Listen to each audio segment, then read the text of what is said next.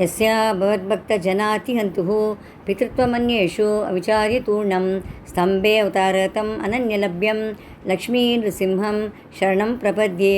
श्रीमते श्रीलक्ष्मीनृसिंह दिव्यपादुका सेवक श्रीवन् षड्गोपश्री नारायण यतीन्द्रमहादेशिकाय नमः।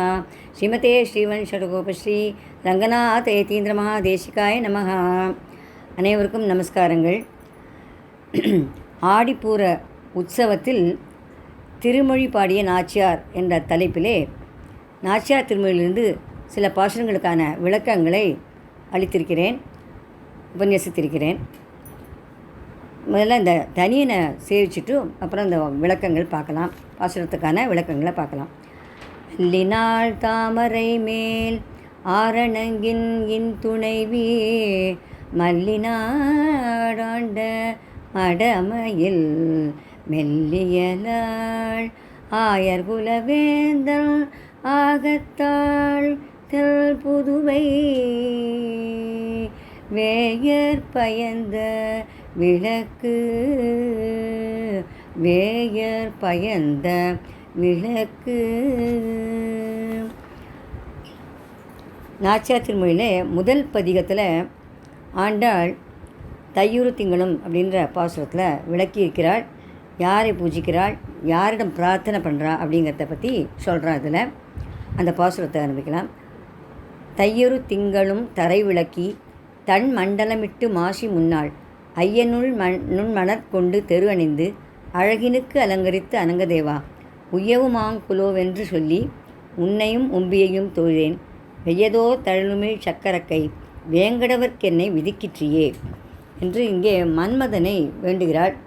ஏன் மன்மதனை வேண்டா அப்படின்னா, மார்கழி மாதம் முழுவதும் தன் தோழிகளுடன் ஆண்டாள் திருமாலை வேண்டி நோன்பு நோற்றாள். இது ஆண்டாள் இயற்றிய திருப்பாவையில் விளக்கமாக சொல்லப்பட்டிருக்கு. அப்படியும் பகவான் மனம் இறங்கலை. திருமால் ஆண்டாளுக்கு தரிசனம் தரலை, அவளுடன் சேரவில்லை. அதனால் இப்போது தை மாதத்தில் மன்மதனை பூஜை செய்யும் மற்றொரு நோன்பை புதிதாக தொடங்குகிறார். இந்த புதிய நோன்பு தை, மாசி, பங்குனி ஆகிய 3 மாதங்களிலும் தொடர்கிறது. இதை ஏன் மன்மதனை போய் வேண்டிக்கிறா அப்படின்னு கேட்டால் அதுக்கு சமாதானமாக சில காரணங்கள் சொல்லப்படுகின்றன. அதாவது சிவன், பிரம்மா, இந்திரன் போன்ற சிறந்த தேவர்களை விட்டுட்டு அவர்களை கூட பூஜிக்காமல் அவர்களுக்கெல்லாம் கீழ்ப்பட்ட ஒரு தாழ்ந்த தேவனான மன்மதனை பூஜை செய்ய வேண்டுமா? திருமால் தரிசனம் தர வேண்டும் என்பதற்காக திருமாலையே பூஜை செய்யலாமே, அப்படி இருக்கச்சு என்னத்துக்கு மன்மதனை பூஜை செய்கிறாள் அப்படின்னு கேட்கலாம். அதுக்கு சந்தேகத்துக்கு சமாதானங்கள் சொல்லப்படுகின்றன. இங்கு ஆண்டாளுடைய குறிக்கோள் என்னன்னா கண்ணனை பெற வேண்டும் அப்படிங்கிறது தான். இது ரொம்ப மிக உயர்ந்த தெய்வீகமான ஒரு குறிக்கோள். இந்த உயர்ந்த குறிக்கோளை அடைவதற்காக கண்ணனுடைய பரிவாரமான அவனுக்கு அடிமையான மன்மதனை பூஜை செய்ததுனால தவறே இல்லை அப்படிங்கிறான். அதாவது இதுக்கு உதாரணமாக என்ன சொல்லலாம்னா, ஸ்ரீமத் ராமாயணத்தில் ராமனுக்கு பட்டாபிஷேகம் நடக்கணும் என்பதற்காக பெண்கள், முதியவர்கள், இளைஞர்கள் இப்படி எல்லோரும் எப்பவும் எல்லா தேவர்களும் நமஸ்காரம் செய்து வேண்டிக் கொள்கிறார்களாம், நல்லபடியாக அவனுக்கு இந்த பட்டாபிஷேகம் நடக்கணும் அப்படின்ட்டு. அது மாதிரி உண்டு. அது இல்லை, இன்னொரு காரணம் இருக்குது. இங்கே மன்மதன் என்பது கண்ணபிரானுடைய பல உருவங்களில் மதன கோபாலன் அப்படிங்கிற ஒரு உருவத்தை குறிக்கிறதான். இந்த மதன கோபாலனுக்கு தான் ஆண்டாள் பூஜை செய்கிறாள் அப்படின்னு சொல்லப்பட்டிருக்கு. அதாவது புத்திரபாகியம் வேணும்னா சந்தான கோபாலன் என்ற அந்த விக்கிரகத்தை எடுத்து கையில் கொடுப்பா படைச்சார். அது மாதிரி இந்த மதன கோபாலன் அப்படிங்கிற ஒரு இளைஞன் வடிவத்தில் உள்ள ஒரு சிலை, அந்த தெய்வத்தை இவ தியானம் பண்ணிட்டுருக்கா அப்படின்னு சொல்லலாம். இப்படி மதன கோபாலத்தை ஆண்டாள் பூஜை செய்கிறாள். திருமாலுக்கே காமதேவன், மன்மதன் என்ற பெயரெல்லாம் உண்டு. 3வது காரணம், விஷ்ணு சஹஸ்ரநாமத்தில் காமதேவன் என்பது திருமாலின் பெயராக ஓதப்படுறது. அதோடு இல்லை, இந்த காமதேவன், மன்மதன், அனங்கதேவன் எல்லாம் இவ அழைக்கிறாள். இதில் காமதேவன் என்றால் அடியார்கள் விரும்புவதையெல்லாம் கொடுப்பவன் அப்படின்னு பொருள். திருமால் அடியார்கள் விரும்புவதையெல்லாம் கொடுப்பவன், அதனால் காமதேவன் என்று திருமாலையே இது குறிக்கும். திருமால் விஷயமானதுனால நல்ல அறிவையும் கொடுக்கக்கூடியவன் காமதேவன் அப்படின்னு வச்சுக்கலாம். அதுபோல் திருமாலை மன்மதனுக்கு மன்மதன் அப்படின்னு பாகவதம் போற்றுகிறது. அதாவது மன்மதக அப்படின்னு. கண்ணபிரானுக்கு ருக்மிணியின் மகனாக பிறந்தவன் பிரத்யும்னன்.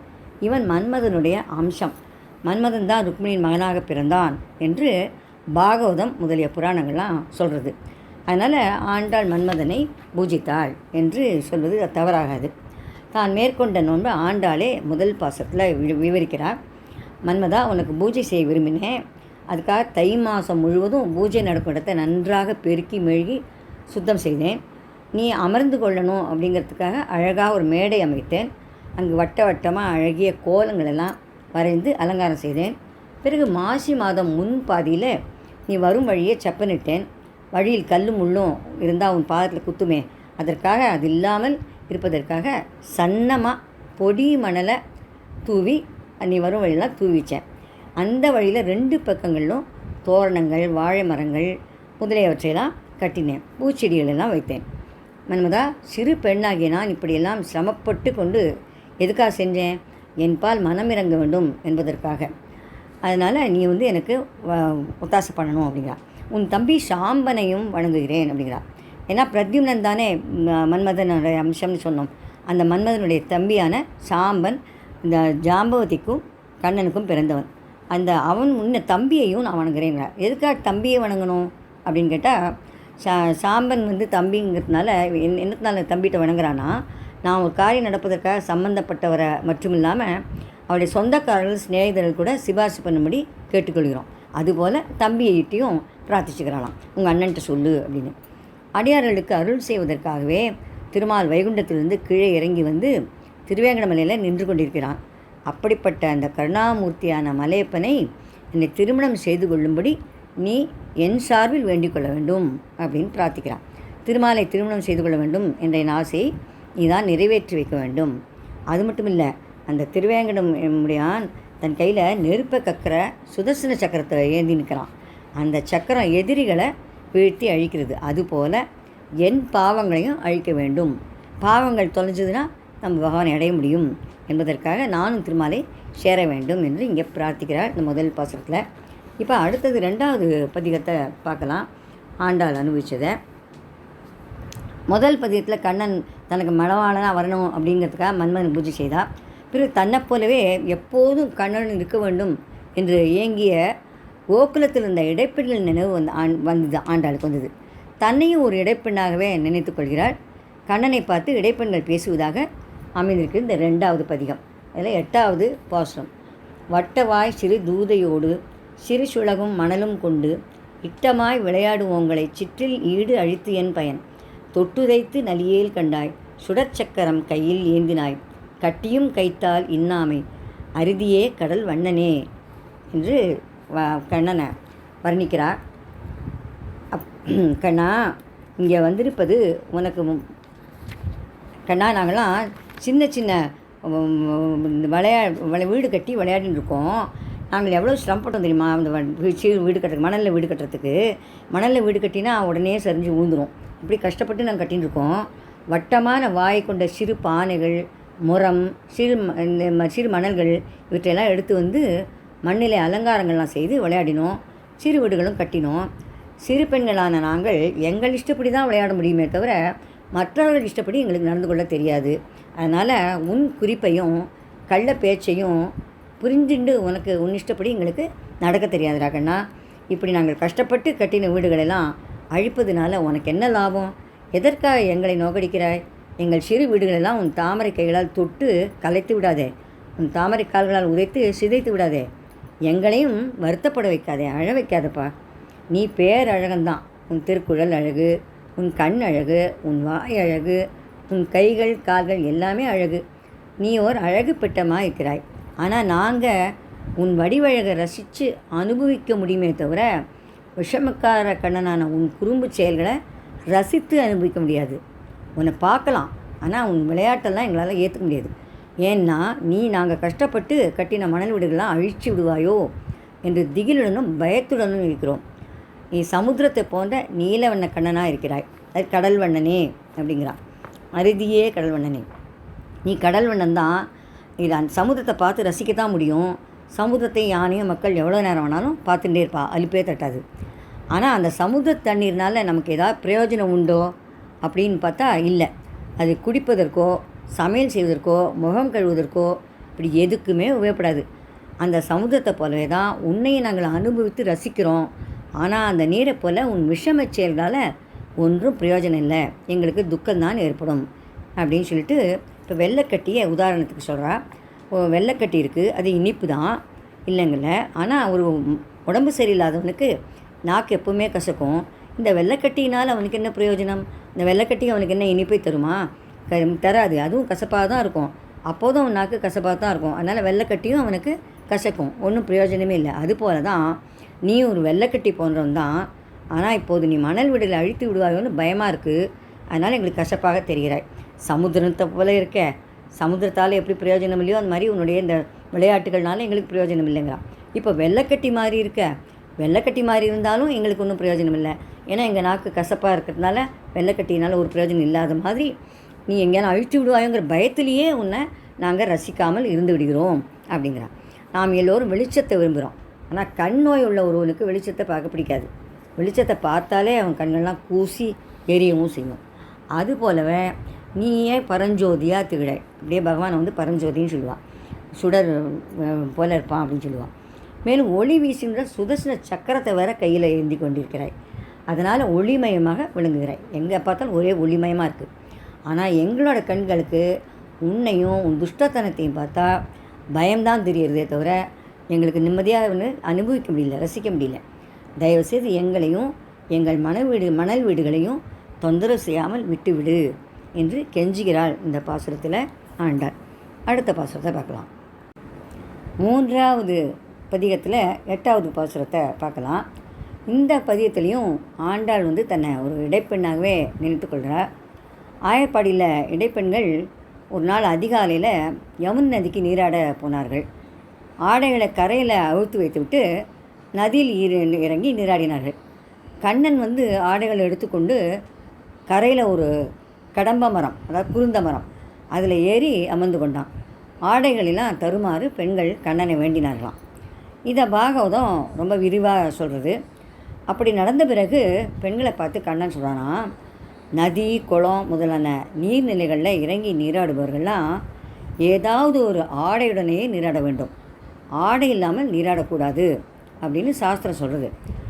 நீங்கள்லாம் சாஸ்திரத்துக்கு விரோதமாக ஆடை இல்லாமல் நீராடினீர்கள், அதனால தான் உங்கள் ஆடைகளை எடுத்துக்கொண்டு வந்தேன் அப்படின்னு அவன் சொல்கிறான்.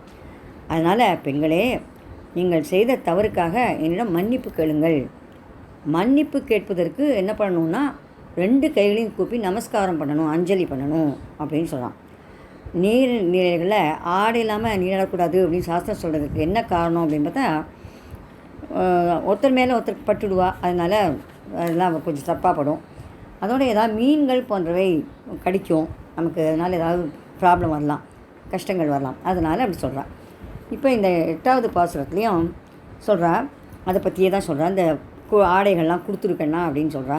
தொடர்ச்சியாக, கண்ணா, இங்கே வந்திருப்பது உனக்கு முறைப்பெண்களாகிய உன் மாமி மகள்களாகிய நாங்கள் மட்டுமல்ல, பொழுது விடிஞ்சு விட்டது, நேரம் கடந்து விட்டது. அதனால் ஆய்ப்பாடியிலேருந்து மற்றும் அநேக மக்கள் வந்து விட்டார்கள் அப்படிங்கிறா. இங்கே நாங்கள் மட்டும் வரல இருக்கோம்னு நினச்சிக்காத, இன்னும் எத்தனை வேணால் டிலே பண்ணலாம் அப்படின்னு நினைக்காத. இங்கே மற்றவர்களும் பொழுது விடிந்தது கடையாளமாக எல்லோரும் குளிக்க வருவா ஆற்றங்கரையில், அதனால் மற்றவர்களும் வந்து விட்டார்கள் அப்படிங்கிறான். மாமிமார்கள், அவர்களின் தாய்மார்கள், தந்தைமார்கள், அப்படிப்பட்ட பலரும் வர ஆரம்பித்து விட்டார்கள்.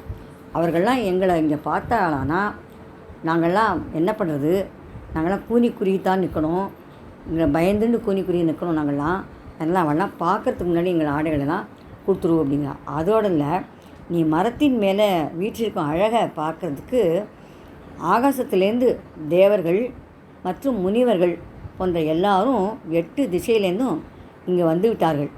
இங்கு வந்து உன் வடிவழகையும் உன் தலைமுடியின் அழகையும் உன் ஆபரணங்களின் அழகையும் அனுபவித்து கொண்டு மதிமயங்கி நிற்கின்றனர் அப்படிங்கிற பெரியாழ்வார் சொல்கிறாராம். குண்டலம் தாழ குழல் தாழ நான் தாழ எண் திசையோரும் இறைஞ்சி தொழுதேத்த வண்டமர் பூங்குழார் துகில் கை கொண்டு வெண்தோய் மரத்தான் அப்படின்னு சொல்கிறார். அந்த மாதிரி அவர்கள்லாம் வந்துட்டா. அப்படி எல்லாருமே வரா, பூலோகத்திலையும் இருக்கிற மக்கள்லாம் வரா குளிக்க நீராடுவதற்கு. உங்களுடைய அழகை பார்க்கறதுக்கு மேலேருந்து விண்ணுலகத்திலிருந்தும் வருகிறார்கள், ஆகாசிலிருந்தும் வருகிறார்கள். இவர்களும் எங்களை பார்த்து விடுவார்களோ என்று பயந்து நடுங்குறோம். கீழே இருக்கிறவா மட்டும் இல்லை, இங்கே கூடியிருக்கிற மக்கள் மட்டும் இல்லை, வானத்திலிருந்து வந்தவர்களும் எங்களை பார்த்து விடுவார்களோன்னு பயமாக இருக்குது எங்களுக்கு. நீ முன்பு பழமையான பார்க்கடலில் ஆதிசேஷன் மேலே பள்ளி கொண்டிருந்த. அப்போது யோக நித்ரையாக மக்களை எப்படி காப்பாற்றலாம் அப்படின்னு சிந்தனை பண்ணிட்டு இருந்தேன்.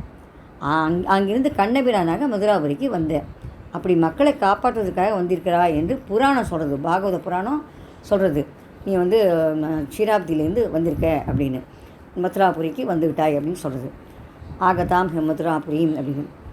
அப்படி இல்லை போல இருக்குது. ஏன்னா தூமலர் கண்கள் வளர தொல்லை இரா துயில்வானே, தொல்லை இல்லாமல் தூங்கி கொண்டிருந்தாயே, இப்போ எங்களை தொல்லைப்படுத்துகிறியே. இப்படி எங்களை தவிக்க விடுவது தான் நீ மக்களை காப்பாற்றுற லட்சணமா? இல்லை அபலைகளாக நாங்கள் மட்டும் மக்கள் இல்லையா? நாங்கள்லாம் மக்களோட சேர்த்து இல்லையா? எங்களெல்லாம் பார்த்தா மக்களாக தெரியலையா? நாங்கள்லாம் இவ்வளோ மன்றாடி கேட்டும் நீ எங்கள் ஆடைகளெல்லாம் கொடுக்க மாட்டேங்கிற, ஒரு பதிலும் பேசாமல் வேறு இருக்க. நாங்கள் கூப்பிடுறது உன் காதில் விழலையா? அல்லது உண்மையிலேயே தூங்கிவிட்டாயா? நீ தான் இரவு முழுவதும் நன்றாக உறங்கியிருப்பாயே, இப்போதும் என்ன உறக்கம் உனக்கு அப்படின்னு கேட்குறான். அல்லது இந்த பெண்களை இன்னும் கொஞ்சம் அழவிடுவோம் என்ற கள்ள எண்ணத்துடன் வேண்டுமென்றே தூங்குவது போல நடிக்கிறாயா அப்படிங்கிறா. ஏன்னா இவன் நடிப்புக்கு எல்லாம் அரசனாச்சே, நடிப்பெல்லாம் தெரிஞ்சவனாச்சே, அதுதான் சொல்கிறாங்க. நீ மகா நடிகன் என்பதை நாங்கள் நன்றாக அறிவோம் அப்படிங்கிறா. என்ன வெண்ணையெல்லாம் திருடி தின்ன, உன் தாய் யசோதை தாம்பு கயிற்று எடுத்துக்கொண்டு உன்னை அடிப்பதற்கு வந்தா, அதை கண்டு பயந்தது போல நடித்தாய். உன் சிவந்த வாயெல்லாம் வெண்மையான தயிர் ஒட்டி கொண்டிருக்கிறது. சின்னஞ்சிறு வாயை நெளித்து கொண்டு உன் சிறு உதடுகள்லாம் துடிக்கிறது. நீ அழுவது போல நடிக்கிறாய். உன் பயத்தையெல்லாம் கண்களில் காட்டிக்கொண்டு அம்மா அடிக்காதே என்று உன் தாய் யசோதையை பார்த்து கைகளை கூப்புகிறாய். அவ்வளோ நடிப்பு தானே. அதனால் நீ இப்போது உறங்குவது போல இருப்பதும் அப்படி ஒரு மகா நடிப்பு தான் என்று எங்களுக்கு தெரிந்து விட்டதுங்க. இது குலசேகர ஆழ்வார் பாசுரம். இது அதை சொல்கிறாங்க. முதும் வெண்ணையிலேருந்து தொட்டு உண்ணும் அப்படின்ற பாசுரம் அது. அந்த பாசுரத்தை பற்றி இங்கே சொல்கிறான்.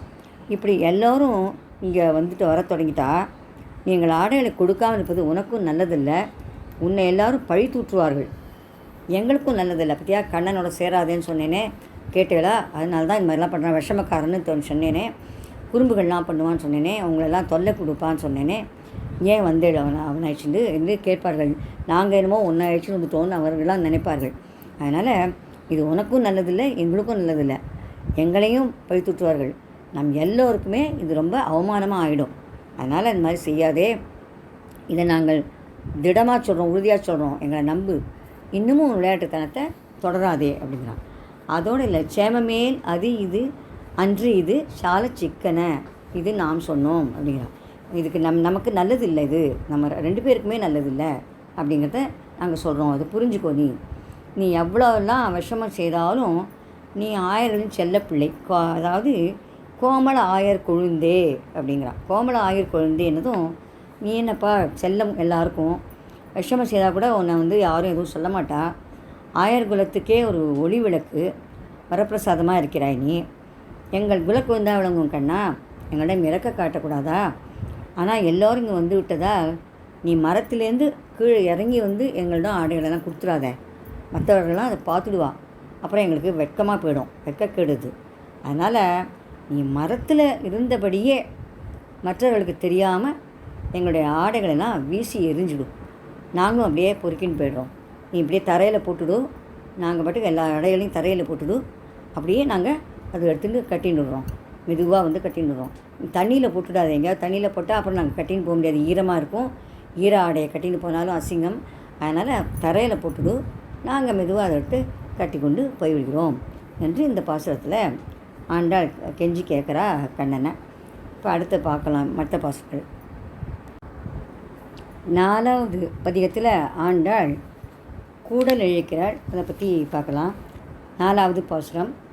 ஆய்ச்சிமார்களும் ஆயரும் அஞ்சிட பூத்த நீழ்கடம்பு ஏறி புகப் பாய்ந்து வாய்த்த காளியன் மேல் நடமாடிய கூத்தனார் வரில் கூடிடு கூடலே என்று இந்த பாசுரத்தில் கூடல் இழைக்கிறாள்.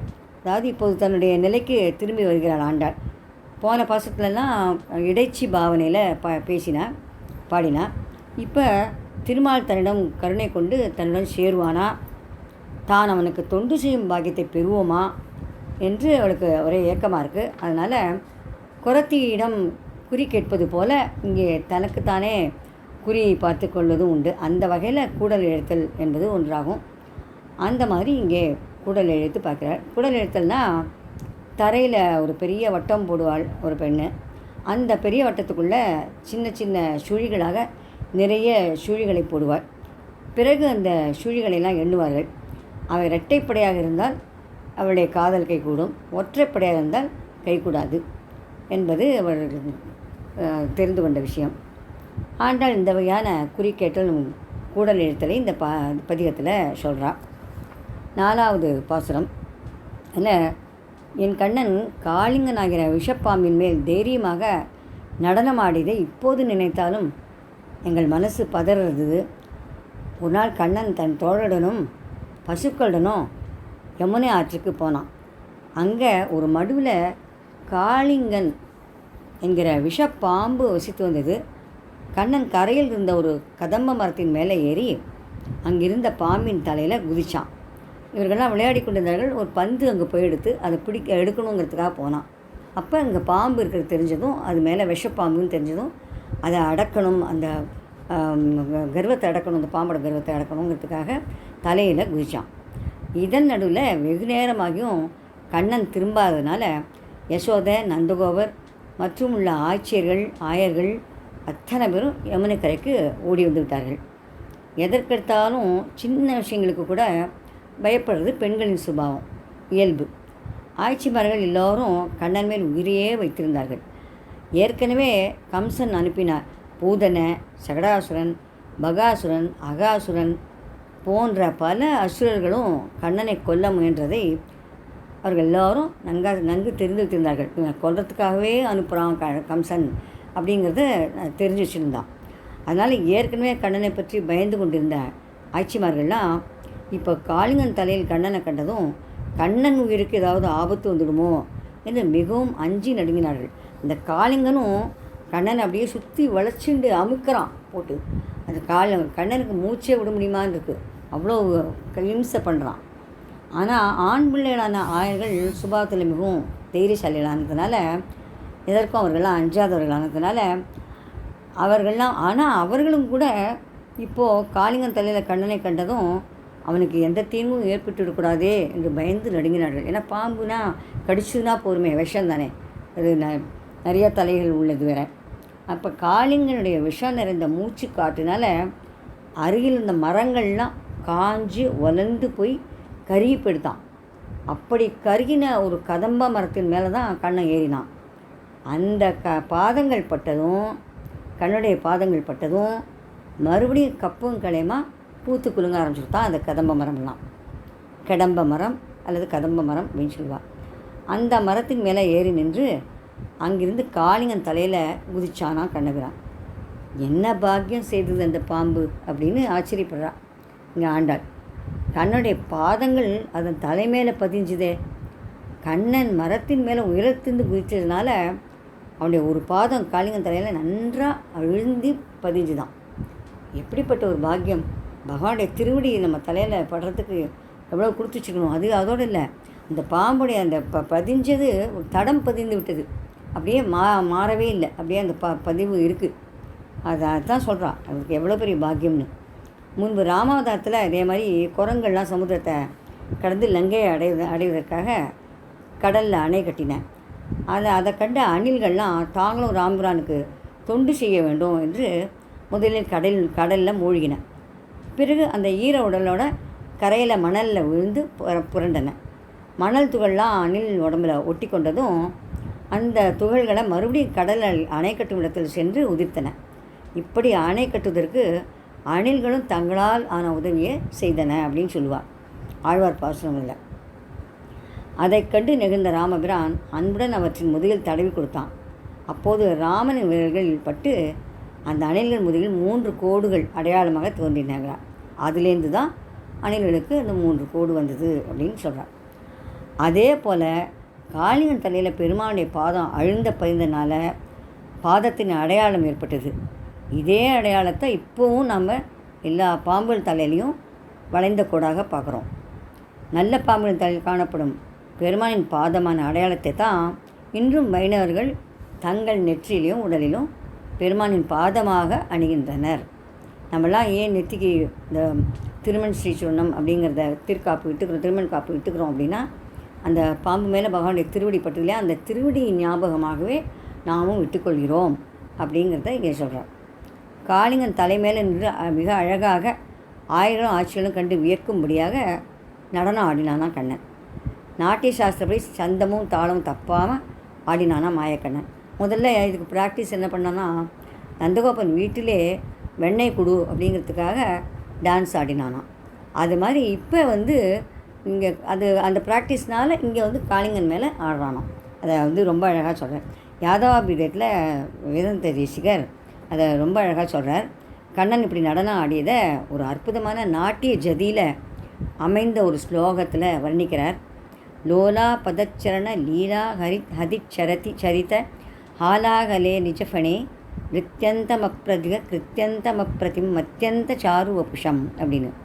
லோலா பதச்சரண லீலா ஹதிச்சரித ஹாலாகலே நிஜஃபனே நிருத்தியந்தமப்ரதிக கிருத்தியந்தமப்ரதிம மத்தியந்த சாரு வபுஷம் அப்படின்னு இந்த ஜதி மாறாமல் அப்படியே வருது இதில். அதே போல் இளம் வயசில் வெண்ணெய் வேண்டும்னு பிஞ்சு கால்கள் தரையில் பதிய கூத்தாடினான். அதனால் வெண்ணெய்க்கு ஆடும் கண்ணன் அப்படின்னு முன்னோர்கள்லாம் செல்லமாக அழைத்தார்களாம். இந்த நாட்டியத்தை நவநீத நாட்டியம் அப்படின்னு ரசமாக வர்ணிக்கிறார் சுவாமி தேசிகன். இந்த கோபால விம்சத்தில் இதை சொல்கிறார், நவநீத நாட்டியம் அப்படின்னு. அத்தும் கும்பே வினீத கரக சுவாது ஹையங்க வீணம் அப்படின்னு இந்த ஸ்லோகத்தில் சொல்கிறத இந்த நாட்டியம் இருக்கே ரொம்ப அழகாக ஆடுறான் அப்படின்னு. அந்த மாதிரி இப்படி என் கண்ணன் பாம்பின் மேலே தன் பாதத்தை வைத்தானே, அந்த பாக்கியம் எனக்கும் கிடைக்கக்கூடாதா, எனக்கும் கிடைக்காதா அப்படின்னு ஏங்குறான். இதே போல் நானும் கண்ணனின் பாதத்தை என்னிடம் வைத்துக்கொண்டு அவன் தேவியாக அந்த பாதத்தை வருடி கொடுக்க வேண்டும். எப்போவும் அவனுடைய திருப்பாதத்தை மகாலட்சுமி போல் நானும் வருடி கொடுத்து கொண்டிருக்க வேண்டும் என்று இங்கே பிரார்த்திக்கிறான், ஆசைப்படுறா. அந்த மாயக்கண்ணன் என்னை திருமணம் செய்து கொள்ள வேண்டும், என்னுடன் சேர வேண்டும், கூடலே அப்படியே நீ கூடுவாய், எனக்கு நல்ல குறியே காட்டுவாய் அப்படின்னு கூடல் இழைக்கும்போது இதை பாடிண்டே கேட்டுக்கிறா. இந்த கூடல் எழுத்தத்தை பற்றி சொல்கிறதுல நம்ம அடுத்த பாசுரத்தை பார்க்கலாம். 6ஆம் பதிகத்திலிருந்து சில பாசுரங்களை அனுபவிக்கலாம். 6ஆம் பதிகம் ஆண்டாளுடைய கனவை பற்றி சொல்கிறது. அந்த கனவில் அவள் என்னென்ன கண்டாலோ அதெல்லாம் சொல்லியிருக்கா. அவள் தோழியிடம் சொல்கிறாளாம். சென்ற பதிகத்தில், அதாவது 5ஆம் பதிகத்தில் கண்ணன் இன்னும் தன்னிடம் வரவில்லையே அப்படிங்கிற ஏக்கத்தில் ஆழ்ந்தாள். சோலைக்கோயிலெல்லாம் கண்ணன் வரும்படி கூவுமாறு பல வகைகளிலும் பல பாசங்களையும் வேண்டிக்கிறார். ஆனாலும் கண்ணன் ஆண்டாடும் சேரலை. ஆனாலும் அதே சோகத்தில் ஆழ்ந்தாள். கண்ணனையும் கண்ணன் தன்னோட கல்யாணம் செய்துக்கு கொள்ள போவதை பற்றியும் நினச்சிட்டே இருந்தான். பகவானும் என்ன பண்ணால் அதே சமயத்தில் ஆண்டாளின் சோக நிலைமையை கண்டு அவளுக்காக பரிதாபப்பட்டானான். அதனால் நேரில் வராவிட்டாலும் அவளுடைய கனவில் தானே தோன்றினான். அவளுடன் தன்னுடைய திருமணத்தை அந்த கனவிலேயே நடத்தி காட்டினானான். தான் கண்ட கனாவை இந்த பதியத்தில் ஆண்டாள் தன் தோழியிடம் வர்ணிக்கிறாள். அந்த பாசுரமாவது, வாரணம் 1000 சூழ வலம் செய்து நாரண நம்பி நடக்கின்றான் என்றெதிர் பூரண பொற்குடம் வைத்து புறமெங்கும் தோரணம் நாட்ட கனா கண்டேன் தோழி நான் அப்படிங்கிறான். என் பிரியமான தோழி, என் கண்ணன் மாப்பிள்ளை ஊர்வலம் வருவதாக கனா கண்டேன் அப்படிங்கிறான். முதல்ல மாப்பிள்ளை அழைப்பு முதல் நாள் வருவா இல்லையா, அந்த மாதிரி மாப்பிள்ளை அழைப்பு வந்தது அப்படிங்கிறான். என்ன அழகான ஊர்வலம் தெரியுமா, ரொம்ப அழகாக இருந்தது பார்க்குறதுக்கே. 1000 யானைகள் கம்பீரமாக கண்ணனோடு நடந்து வருகின்றன. ஏன் 1000 யானைகள் அப்படிங்கிறான்னா, பகவான் பரத்துவத்துக்கு அடைந்துட்டான். இப்போ பரநிலையில் இருக்கான். பகவான் இப்போ பரம்பொருளாக நினைக்கிறா. அதனால் அங்கே யானைகள் நிறையா இருக்கும். யானை மேல் வந்தால் தான் உயர்த்தி என்று சொல்வதற்காக அதை சொல்கிறார். செல்வம் நிறையா இருக்கக்கூடியது. யானையை பற்றி சொன்னால் செல்வம் நிறையா இருக்கக்கூடியவன் அப்படின்னு அர்த்தம். அதுக்காக அப்படி சொல்கிறான். 1000 யானைகள் எப்படி வந்தது அப்படின்னு கேட்குறியா? கண்ணனுடைய வளர்ப்பு தந்தையான நந்தகோபன் ஏராளமான யானைகள் உடையவன். இது அவன் பிறவி எடுத்தபோது, அவதாரம் எடுத்தபோது விஷயமான விஷயத்தை சொல்கிறாங்க. கண்ணனுடைய தந்தையான வசுதேவர் ஒரு மன்னன். அதனால் அவரிடமும் ஏராளமான யானைகள் இருந்தன.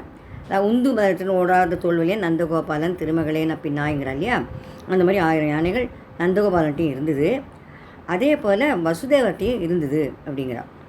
அவரும் அரசனாக இருந்ததுனால அவருடைய யானைகள்லாம் இங்கே நந்தகோபத்தை கொடுத்துருந்ததுனாலே இவர்களிடம் யானைகள் இருந்தன, யானை செல்வம் இருந்தன அப்படிங்கிறதாக சொல்கிறாங்க ஆண்டாள்.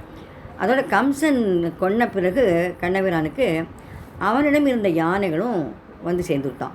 அதனால் எனக்கு ஏராளமான யானைகள்லாம் இருந்தது அப்படின்னு சொல்கிறது வழக்கம். சரி, 1000 யானைகள்லாம் எதற்கு அப்படின்னா கண்ணனுக்கு 1000 தோழர்களாம். அதை வந்து பெரியாழ்வாரே சொல்கிறார். தண்ணீர் 1000 பிள்ளைகளோடு தலைநடையிட்டு வருவான் அப்படிங்கிறார் பெரியாழ்வார் பாசுரத்தை. அந்த மாதிரி தலைநடையிட்டு வர்றதுனால அவனுக்கு 1000 தோழர்கள் வருவான். அதோட இல்லை, பெருமாளோட கூட அவருடைய குழாமெல்லாம் தேவர் குழாமெல்லாம் வரும். அதனால் அந்த தேவர் குழாமெல்லாம் வந்தா அப்படிங்கிறான். கண்ணன் மாப்பிள்ளை உருவத்தில் தான் மட்டும் யானைகள் வந்தால் போதாது, தன் தோழர்களும் யானைகளில் தான் வரணும் அப்படின்னு நினச்சானான். அதாவது பகவான் வந்து பக்தர்களும் தன்னை போல் சௌக்கியமான நிலைமை அடையணும் அப்படின்னு நினைப்பான், சௌரியமாக இருக்கணும் அப்படின்னு நினைப்பானான். தோழரிடம் அவ்வளோ பிரியம் கண்ணனுக்கு. இந்த பெரிய திருமொழியிலே திருமங்கையாழ்வார் சொல்கிறார், தம்மையே நாளும் வணங்கி தொழுவார்க்கு தம்மையே ஒக்க அருள் செய்வர் அப்படிங்கிறார் திருமங்கையாழ்வார். தம்முடைய அடியார்களுக்கு தம்மை போலவே எல்லா செல்வங்களையும் கொடுப்பான் அப்படிங்கிறார் திருமங்கையாழ்வார். இந்த காலத்தில் மாப்பிள்ளை காரில் இல்லை குதிரையில், வடநாட்டிலலாம் குதிரையில் வரா, காரில் வருவா. ஆண்டாளுடைய காலத்தில் கண்ணனுடைய காலத்துலலாம் மார்பழிப்பு ஊர்வலம் யானை மேலே வந்ததாக சொல்லப்படுகிறது. இப்போ பெரியாழ்வாரே யானை மேலே தானே ஊர்வலம் வந்ததாக சொல்கிறான். வல்லபதேவ பாண்டியன் யானை மேலே அமர வைத்து ஊர்வலம் வர செய்தான்னு. அப்போ இங்கே யானைகள் பிரசித்தம் அப்போ அந்த காலத்தில். அதனால் யானைகள்லாம் ஊர்வலத்துக்கு எடுத்துன்னு வந்தான். இப்படி அதனால் தன்னை போலவே தன் தோழ யானை மேலே ஏற்றி வந்தானா கண்ணன். கண்ணன் வரும் இந்த ஊர்வலத்தை கண் குளிர பார்க்கறதுக்காக எண்ணற்ற மக்கள் வீடுகளும் சாலைகளும் கூட்டம் கூட்டமாக கூடி நிற்கிறாளாம். எல்லோரும் வந்து பார்க்குறான், கண்ணன் எப்படி இருக்கான் பற்றியா, என்ன அழகாக இருக்கான் பற்றியா அப்படின்னு. அவர்களில் பல பெரியோர்களும் இருந்ததை கண்டான் கண்ணன். அவள்லாம் பூர்ண கும்பம் வச்சு நிற்கிறான். அவர்களுக்கு மரியாதை செய்வதற்காக யானையை விட்டு கீழே இறங்கி நடந்து வந்தானாம். யானை மேலே கம்பீரமாக வந்த கண்ணன், பவனி வந்த கண்ணன், கண்ணனோட அழகண்ட மக்கள்லாம் அவன் நடை அழகையும் காண விரும்பினார்களாம். அதனால் கொஞ்சம் தூரம் மிடுக்கோடு நடந்து வந்தானாம். இப்படி கொஞ்சம் தூரம் யானை மேலேயும் கொஞ்சம் தூரம் மக்களின் உள்ளத்தையும் நடந்து வந்து மக்களின் உள்ளத்தையும் கவர்ந்து கொண்டானாம். இப்போதும் திருக்கோயிலில் திருவிழா காலங்களெல்லாம் பெருமாள் பல்லக்கு மற்றும் குதிரை, யானை, அனுமான், கருடன், ஆதிசேஷன் இப்படி பல வாகனங்களில் வீதி உலா வருவான். இப்படி வருவது பக்தர்களுக்காகத்தான். பக்தர்கள் திருமாலை பல வாகனங்களிலும் பல திருக்கோயிலும் கண்டு கழிப்பதற்காக பகவான் உலா வரானாம். மகாராஜாக்கள்லாம் யானை மேலே பவனி வருவார்கள். அதுபோல் கண்ணனும் மகாராஜாவத்தால் வந்தானாம். பரம்பொருளான நாராயணனான கண்ணன் அவனுடைய மேன்மையை விளக்குவதற்காக இப்படி வந்தானாம். பெரியோர்களுக்காக மக்களுக்காக சாலையில் இறங்கி நடந்து வந்தது அவனுடைய எளிமையை காட்டுறதான். குணங்கள்லாம் அவன் சிறந்த குணம் எளிமை தான். இப்படி குணங்களால் பரிபூர்ணமானவன் என்பதை காட்டுவதற்காக நம்பி அப்படின்னு சொல்கிறாவோ. நம்பினா அவன் குணத்தில் சிறந்தவன் அர்த்தம். இப்படி கண்ணனின் மேன்மையும் எளிமையும் ஒரு சேர காட்டுவதற்காக ஆண்டாள் இங்கே நாரணன் நம்பி அப்படின்னு சொல்கிறா கண்ணனை. அப்புறம் சாஸ்திரம் இருக்குது, மகான்கள்லாம் நம்ம வீடுகளுக்கோ சாலைகளோ வரும்போது நாம் புனித நீரை கொண்ட ஒரு குடத்தை அவர்கள் கையில் கொடுத்து அவர்களுக்கு மரியாதை செய்ய வேண்டும் அப்படின்னு சொல்கிறது. அந்த மாதிரி பண்ணலாம். அதனால் கண்ணன் மாப்பிள்ளை ஊர்வலம் வரும்போது எல்லார் வீடுகள்லையும் நீர் நிறைந்த தங்க குடங்களை வைத்து பூர்ண கும்ப மரியாதை செய்தனர். மேலும் தெரு முழுவதும் தோரணங்கள் எல்லாம் கட்டி தொங்க விட்டார்கள். நகரமே மகிழ்ச்சி கடலில் ஆழ்ந்தது அப்படிங்கிறான். இப்படி முதல் பாசுரத்துக்கு அர்த்தம் இது. நம்ம அதை பார்த்தோம். அடுத்தது 6வது பாசுரத்தை பார்க்கலாம். அதில் என்ன சொல்கிறா அப்படின்னா, 6வது பாசுரத்தில் அத்தளம் கொட்ட வரிசங்கம் நின்றுத முத்துடை தாமம் நிறைத்தாழ்ந்த பந்தல்கு மைத்துனன் நம்பி மதுசூதன் வந்தென்னை கைத்தலம் பற்ற கனா கண்டேன் தோழினான் அப்படிங்கிறான்.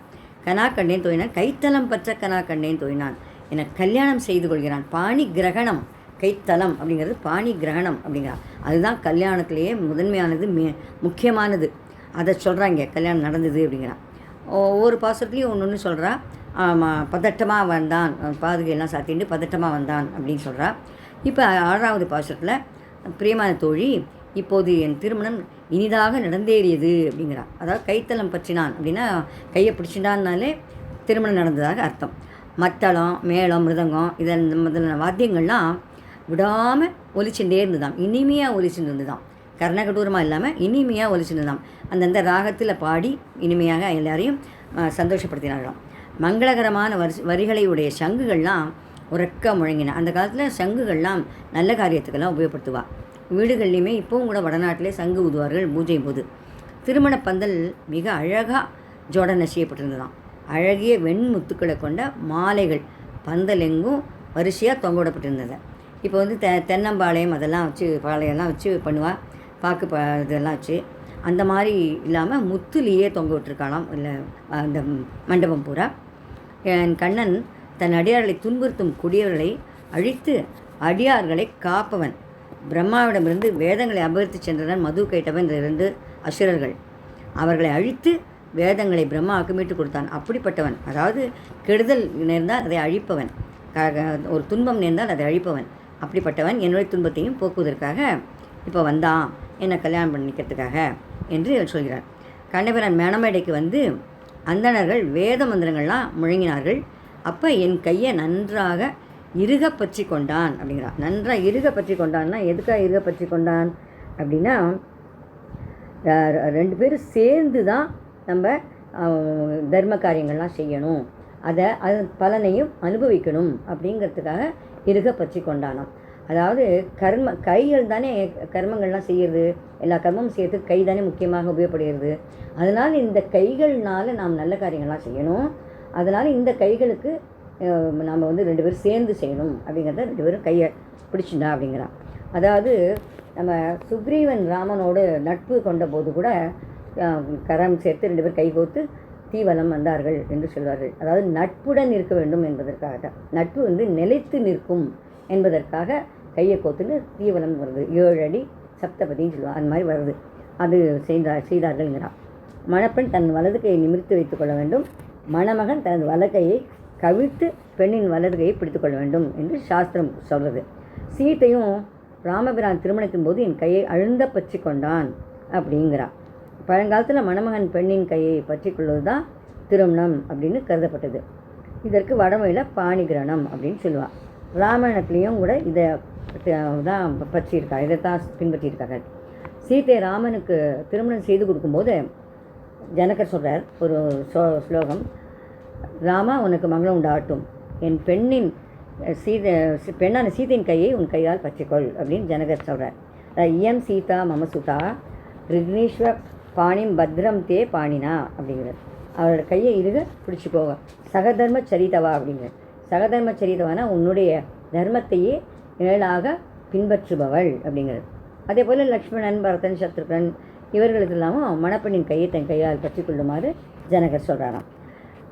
மணமகன் மணமகளுக்கு தாலி கட்டும் வழக்கம் அந்த நாளில் இல்லை போலும், ஆனால் அதுவும் கலந்தது தான் இதில் அப்படின்னு சொல்கிறா சில பெரியவர்கள், ஆச்சாரியர்கள்லாம் சொல்கிறா. சில ஆச்சாரியர்கள் அப்படி சொல்கிறாங்க, அந்த மாங்கல்ய சூத்திரமும் அதோடு சேர்ந்தது அப்படின்னு. இப்படி தன்னுடைய கல்யாணம் நிறைவு பெற்றதாக நடந்ததாக அவர் சொல்கிறார். நான் நீடூழி வாழ்வதற்கு காரணமாக இருக்கும் இந்த தாலி கயிற்றில் உன் கழுத்தில் கட்டுகிறேன், நீயும் 100 ஆண்டுகள் சுகமாக வாழ்வாயாக என்று ஒரு ஸ்லோகம் தற்போது சொல்லி கொண்டிருக்கிறார்கள். அதாவது மாங்கல்யம் தந்துனா நேன மம ஜீவன ஹேத்துனா கண்டே பத்னாமி சுபகே துவம் ஜீவ சரதசதம் அப்படின்னு இந்த ஸ்லோகத்தை சொல்கிறாங்க. அடுத்தது நம்ம 9வது பாசுரத்தை பார்க்கலாம். 9வது பாசுரத்தில் என்ன சொல்கிறா அப்படின்னா, பொறி முகந்த அட்டை அப்படிங்கிறான். பொறி முகந்த அட்டை அப்படிங்கிறது இப்போ பொறியிடுறது பெண்ணுக்கான ஒரு சம்ஸ்காரம். அது அந்த சம்ஸ்காரத்தை சொல்கிறா.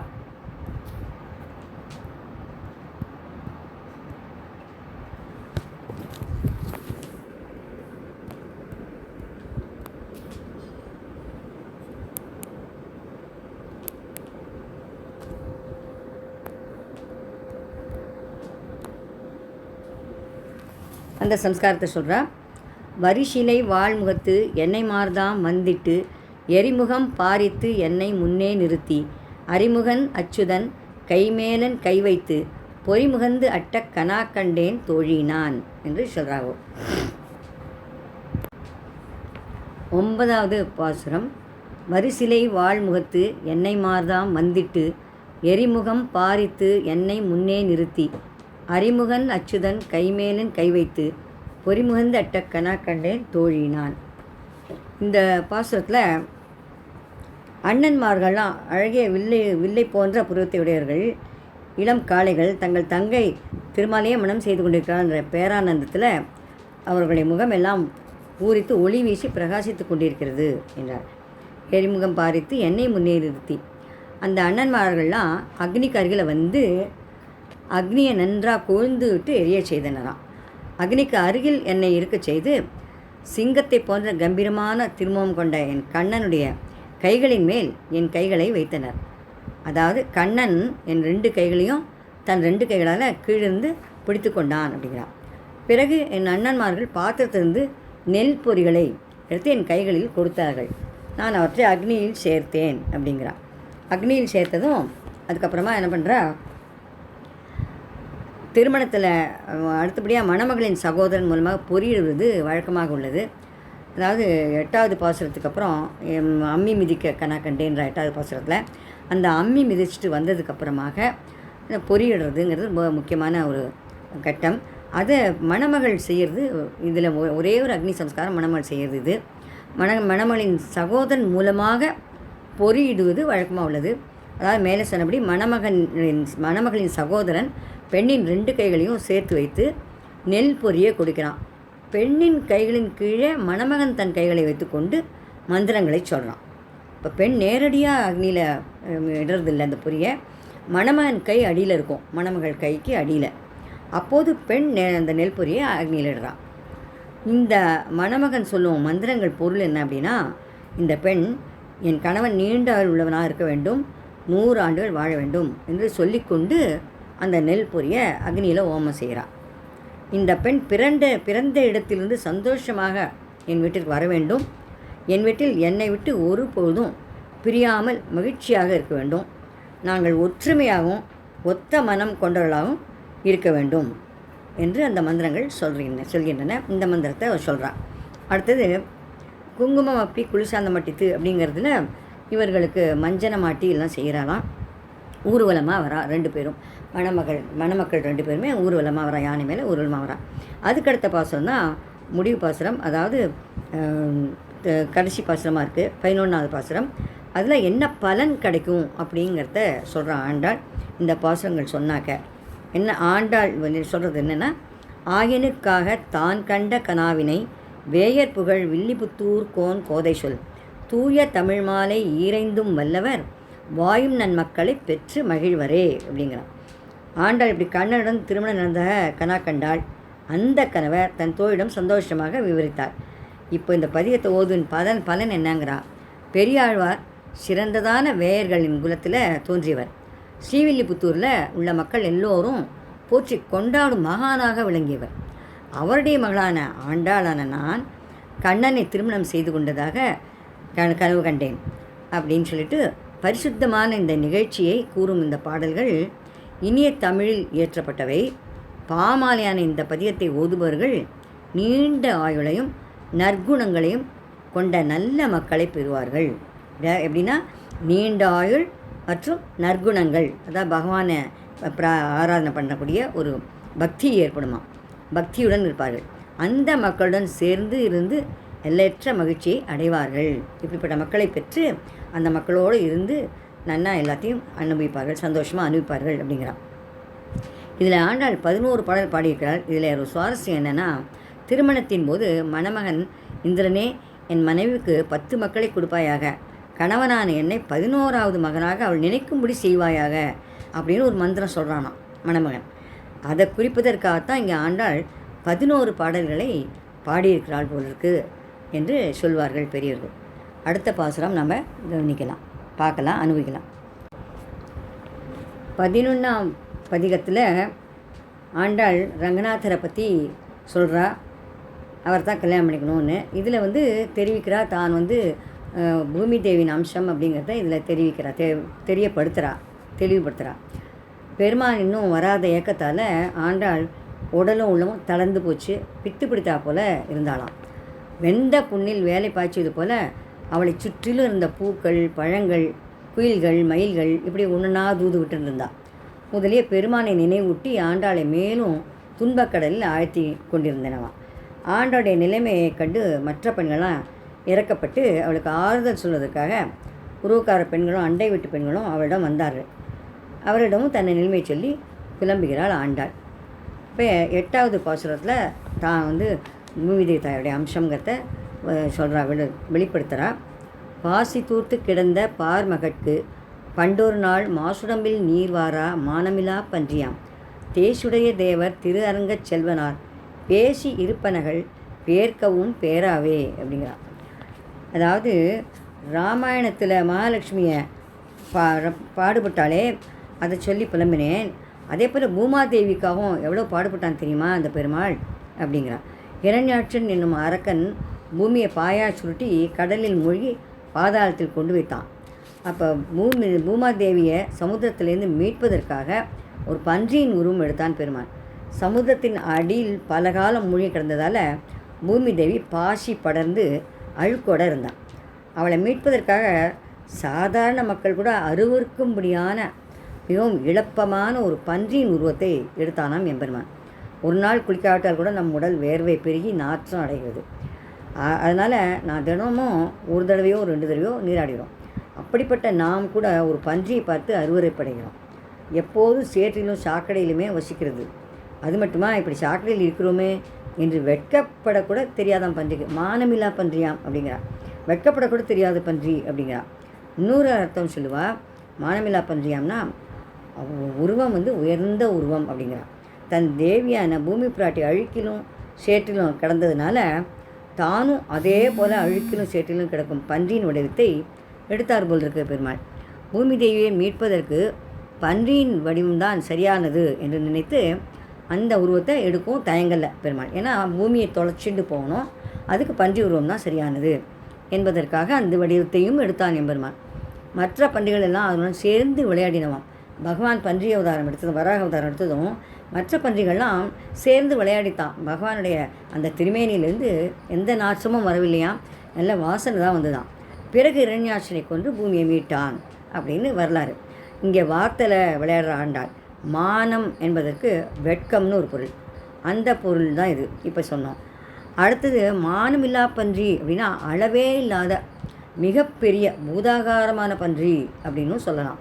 அதாவது அளவில் பெரிய பன்றி. பெருமான் மிக பெரியதான பன்றியாக அவதாரம் எடுத்தான் என்றும் ஆண்டாள் சொல்கிறாங்க. இப்படி ஈனமான ஒரு பன்றியின் அவதாரம் எடுத்தாலும் திருமால் தன் அடியார்களை ரட்சிப்பதை பற்றி என்னவெல்லாம் பேசியிருக்கிறான். என்னை ஒருவன் சரணமடைந்தால் அவன் இறந்த பிறகு நானே அவனை மோட்சத்துக்கு அழைத்து செல்கிறேன் அப்படிங்கிறான். அதாவது மக்கள் மறந்தால் கூட, தன் நினைவு இல்லாமல் கிடந்தால் கூட, முதலையே நம்ம பெருமாளை தியானிச்சிருந்தோம்னால் அப்போதைக்கு போதே சொல்லி வைத்தேன் அரங்கமானர்களானேன்னு சொல்கிற மாதிரி நாம் முன்னாடியே பகவானை தியானித்து பிரார்த்தனை பண்ணிட்டு அவனை உள்ள முருகி எல்லாம் பண்ணினோமானால், அவனை பூஜித்து வந்தோமானால் கடைசி காலத்தில் நமக்கு நினைவே இல்லாமல் கட்டையாக கிடந்தால் கூட, கல்லாக கிடந்தால் கூட, அவன் நம்மளை நினைவுபடுத்தி நம்மளை நினச்சானேங்கிறத நினைவு வச்சுட்டு நம்மளை அவனுடைய பரமபத்துக்கு அழைத்து செல்வான் அப்படிங்கிறார். என்னை ஒருவன் ஒரு கால் சரணமடைந்தாலும் அவனுக்கு எல்லா பிராணிகளிலிருந்தும் ஆபயம் அளிக்கிறேன். அது ஒரு சர்ம ஸ்லோகம். அதாவது சக்கரதேவ பிரபன்னாய தவாஸ்மீதச்சே ஆச்சதே அபயம் சர்வபூதேபியோ ததாமி ஏத்தத் பிரதமங்கிறான். அதே போல் ஸ்நேகிதன் சொல்லிக்கொண்டு என்னிடம் வருபவனே நான் ஒருபோதும் கைவிட மாட்டேன், மித்திரபாவேன சம்பிராப்தம் நத்தியஜம் கதாச்சன அப்படிங்கிறான் என்றெல்லாம் சொல்லியிருக்கான் ராமபிரானாக இருந்தபோது. அதெல்லாம் கல்வெட்டு போல் என் உள்ளத்தில் பதிந்திருக்கின்றன அப்படிங்கிற ஆண்டாள். அதாவது ராமாவதாரம் வராவதாரம்லாம் முன்னாடியே நடந்தது, அப்போ சொன்னதெல்லாம் எனக்கு தெரியும், இப்போவும் எனக்கு ஞாபகம் இருக்குது அப்படிங்கிறான். பெருமாடி இந்த வார்த்தைகளெல்லாம் நான் முழுதுமாக நம்பி இருக்கிறேன். இப்போ நமக்கு தெரியும் அப்படின்னா கூட நம்ம அதில் முழுசாக நம்பிக்கை வச்சுக்கணும். அதைத்தான் இங்கே ஆண்டாள் வலியுறுத்துகிறாள். நம்பி இருக்கிறேன், அதனால் என் திருமால் என்னிடம் வருவான் என்ற திடமான நம்பிக்கையுடன் இருக்கிறேன் அப்படிங்கிறான். இந்த நம்பிக்கை தான் ரொம்ப முக்கியம். அது பிரகலாதனும் அதை தான் நம்ம காமிச்சான். இங்கே பூமிதேவி தாயாராக அவதரித்த ஆண்டாள், பூமிதேவி தாயார் ஆண்டாளாக அவதரித்ததுனால அவளும் நமக்கு நம்பிக்கை வேணுங்கிறத எடுத்து சொல்கிறான். ஏன்னா பகவானுடைய கூட இருக்கிறவள் இல்லையா, அவளே சொல்கிறா நம்பிக்கை வேணும் அப்படிங்கிறத. அதனால் நாம் கண்டிப்பாக நம்ம எம்பெருமான் காப்பாற்றுவாங்கிற நம்பிக்கையோடு இருப்போம். அதாவது 10வது பாசுரத்தில் அவன் சொல்கிறா, செம்மையுடைய திருவரங்கர் தாம் பணித்த மெய்மை பெருவார்த்தை விட்டு சித்தர் கேட்டிருப்பர், தம்மை உகப்பாரை தாம் உகப்பர் என்னும் சொல் தம்மிடையே பொய்யானால் சாதிப்பார் ஆரினியே அப்படிங்கிறார். அவர் எப்படி தன் வாக்கை காப்பாற்றாமல் இருக்க மாட்டார். அப்படி அவரே காப்பாற்றலைன்னா வேறு யார் காப்பாற்ற முடியும் என்பதாக இதில் சொல்கிறான். ஒருவனுக்கு மனம், வாக்கு, செய்கை 3 ஒரே மாதிரி இருக்கணும். இதற்கு வடமொழியில் ஆர்ஜவம் அப்படின்னு பேர். அதாவது விருந்தாளி வந்துட்டால் நமக்கு மனசில் வந்துட்டாளே அப்படின்னு வெறுப்பாக இருக்கலாம். ஆனால் அதை வெளியே காட்டிக்கொள்ளாமல் அந்த விருந்தாளியை போலியாக வரவேற்று வச்சுருக்கோம், வாங்க வாங்க வந்துட்டேளா, சரி வாங்க சாப்பிட்டு போங்க அப்படின்னு நம்ம வந்து கொஞ்சம் தடுமாறுவோம். பேச்சுலேயே கொஞ்சம் தடுமாற்றம் தெரியும். மனதில் வெறுப்புல இந்த விருந்தாளியை கவனிக்கிறோம் அப்படிங்கிறது கூட அவளுக்கு புரிஞ்சு போயிடும். அந்த மாதிரி நடந்துப்போம். இப்படி இல்லாமல் ஒரு மனதில் என்ன நினைக்கிறானோ அதையே வாயால் பேசணும், அப்படியே செயல்படணும். இதுதான் ஆர்ஜவம் அப்படின்னு அழைக்கப்படுறது. நம்ம விருந்தாளி வந்தால் அவள் உண்மையாக நம்ம வந்ததை விரும்புகிறோமா அப்படிங்கிறத நம்ம உபசரிப்பிலேயே தெரிஞ்சு போயிடும். அதுபோல் பகவான் தன்னுடைய குணத்தாலையும் தான் என்ன சொல்கிறோமோ அதை செயல்படுத்தி காட்டுறானாம். ராமபிரான் சிறந்த ஆர்ஜ குணத்தை கொண்டவன் என்று வால்மீகி போகிறார். என் பெரியப்பனான நம்மாழ்வாரும் பெருமானுடைய இந்த ஆர்ஜ குணத்தை போற்றி முழு பதிகமே பாடிக்கிறார். ஓடும் புள்ளேரி அப்படின்னு திருவாய்மொழியில் பாடியிருக்கிறார். இப்படிப்பட்ட சிறந்த குணங்களை உடையவன் என் ரங்கநாதன். அவனே பகவத்கீதையில் சொல்லியிருக்கான், எல்லா பிராணியிடத்திலும் சமநோக்குடன் இருப்பேன், சமமான பிரியத்துடன் இருப்பேன், சமோகம் சர்வபூதேஷு அப்படின்னு சொல்லியிருக்கான். அதனால் இப்படி சொல்பவன் அதற்கு மாறாக என்னிடம் மட்டும் வெறுப்புடன் இருப்பானா, என்னை புறக்கணிப்பானா? நிச்சயம் மாட்டான். என்னை சீண்டி ஏதோ விளையாட்டு பண்ணி பார்க்குறான், கொஞ்ச காலம் அப்படி தாழ்த்துறான், அவ்வளோதான். நேரம் தாழ்த்துவானே தவிர கண்டிப்பாக நமக்கு அனுகிரகம் பண்ணுவான்.